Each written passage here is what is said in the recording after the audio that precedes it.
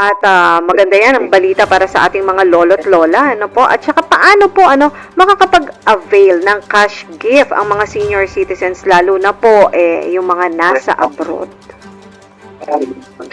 Ayan, ito po ay isa sa mga magandang balita po natin, ma'am.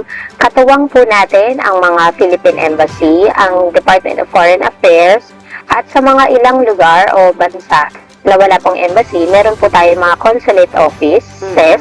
So, good news po para sa ating mga overseas Filipinos na nasa abroad, maaari rin po kayong makatanggap ng regalo mula sa ating pamahalaang nasyonal, no? Ito po yung sa ECA na tinatawag.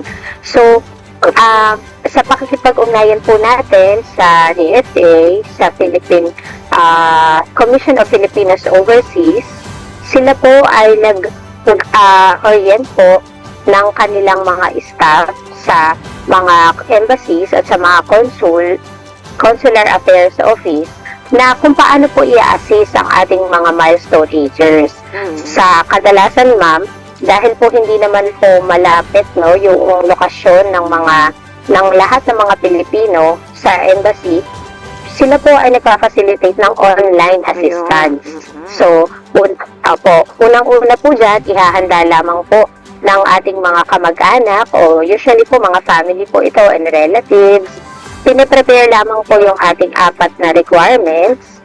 Kasama po dito yung application form, 2x2 ID picture, 1 whole body picture, at yung pong documentary support, which is either PSA birth certificate or PhilSys ID, or iba pa pong mga secondary identification. At pwede po nila pong i-email sa ating pong mga embassies at sa mga consulates para po i-reviewin initially ng ating mga colleagues doon.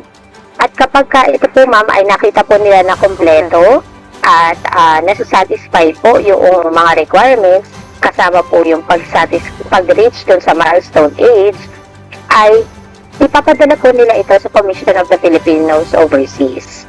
At ang Commission of the Filipinos Overseas, sila po ang nagtatransmit dito po sa NCSC National or Central Office upang kami po ang mag-process at mag-review ng kanila po mga documents. Ayun, so 4 lang ang kailangan, para makapag-avail nitong ECA na tinatawag,